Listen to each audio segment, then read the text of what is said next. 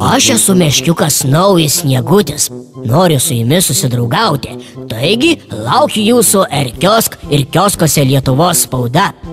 Aš rūpinuosi klimatu, jo pokyčiais. Pasieksiu jums vieną pasaką apie tai, kaip šiaurėje kartu su sniego seniais mes sustabdėme klimato atšilimą ir susigrąžinome šaltį.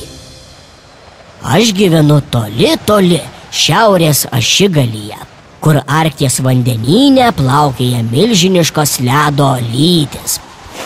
Kas ryt užsidedu slides ir sliuogiu į savo mokslinę laboratoriją. Čia manęs laukia baltieji lokiai, žąsys, ruoniai, lapės, pingvinai ir net eskimai. Darbo iki kaklo. Būtina išsiaiškinti, kodėl šiaurėje kasmet vis šilčiau ir šilčiau. Atrakinęs duris, išsitraukiu storą termometrą. Pamatuoju šalčio temperatūrą, po to ledo storį, sniego gausą, viską kruopščiai užrašau. Tenka pripažinti liūdną tiesą. Klimatas šyla. Jei ir toliau taip tęsis, ledynai ištirps ir užlies žemynus. Daug miestų bus apsemti ir atsidurs po vandeniu. Taigi, negalima tik stebėti rankas sudėjus, reikia kažką daryti. Sunerimęs ir mūsų karališkasis pingvinas. Jis susirūpinęs dėl savo namų, mat jie nėra pakankamai šalti ir saugus. Susilpnėjęs ledas daug lengviau atskyla ir nuplukdo į jūrą kiaušinius bei mažuosius jauniklius.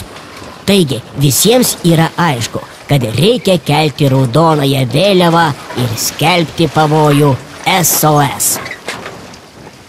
Šįryt mums susirinkus, staiga duris prasivėrė ir su vėjo gūsiu vos kvapą bet gaudamas įlėkė paštininkas Vilkas, nešinas skubę telegramą. Tučto jau ėmė ją skaityti. Rašė mums besmegeniai, kurie išsigandė, kad baigia ištirpti. Ir kas baisiausia, jie nežino, kaip išsigelbėti, mat besmegeniai juk be smegenų, kas ką sugalvos. Vargšai nerimauja, ar sugebės kitąmet atgyti, juk vis šiltesni ir šiltesni vėjai pučia iš šiaurės, vis mažiau sniego ir ledo. Jie dūsta nuo tvankumos ir prašo juos išgelbėti. Perskaitę šį pagalbos šauksmą, nutarėme pasiųsti eikliuosius elnius perduoti besmegeniams žinią, kad šiaurėje kviečiamas skubus oro suvažiavimas, trumpai tariant SOS. Laiške paprašėme jų sėsti ant savo šluotų ir skristi tiesiai į šiaurę. Tausokite energiją ir neskriskite lėktuvu, nes išeikvosite daug degalų, kurie terš aplinką ir dar labiau sušildys klimatą. Juos įspėjome. Vakarop į šiaurę susirinko šimtai besmegenių, pasiryžusių gelbėti ir save, ir visą pasaulį. Susmaigę savo šluotas į sniegą, jie sugužėjo į ledo salę, kur atsigaivinę šalčiu ėmė vieni kitiems guostis. Jie skundėsi, kad gyvena kaip šiltnamyje. Dėl žmonių veiklos, pramonės šildymo, elektros gamybos į orą išmetama daug dujų, kurios šildo aplinką. Todėl sukeltą šiltnamio efektą privalu paversti šaldytuvo efektu. Baltosios žąsys, linguodamos į šonus, ramino atvykusius svečius, kvietė nesikarščiuoti, juolab, kad žemėje ir taip per daug šilumos. Paraginęs svečius išlikti šalto proto, aš atsistojau į ledo tribūną ir tariau. Gerbiamieji sniego seniai, besmegeniai yra tik tie, kurie nesirūpina gamta. Jūs esate protingi sniego seniai. Jums rūpi klimato kaita. Mūsų laboratorija ištyrė ir su liūdėsiu pripažįsta. Mūsų žemė serga. Žemė karščiuoja, tirpsta ledynai, išsiveržia ugnikalniai, kyla gaisrai. Žemė krečia drebulys.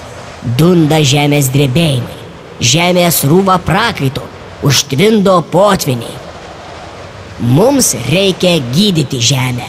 Vaistai tai mūsų visų rūpestis. 3 dienas, 3 naktis netilo mūsų karštos kalbos.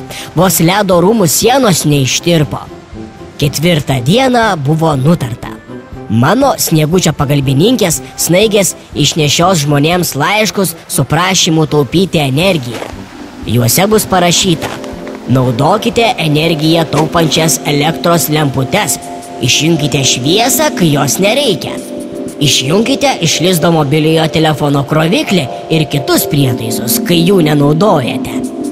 Važinėkite dviračiu, eikite pėsčiomis, važiuokite vienu automobiliu su šeimos nariais, kaimynais.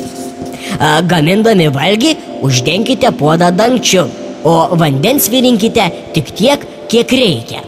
Prauskitės po dušu, užuot maudėsi vonioje, ir užsukite čiaupą, valydamiesi dantis. Reguliuokite šildymą namuose.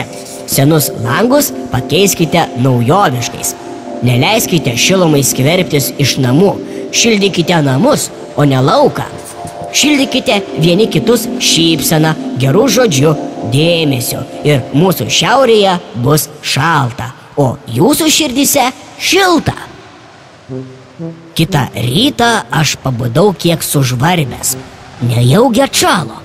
Mintise pagalvojau ir išgėręs karštos arbatos įskubėjau į laboratoriją. Kaip manote, vaikai, ar klimato atšilimas buvo sustabdytas?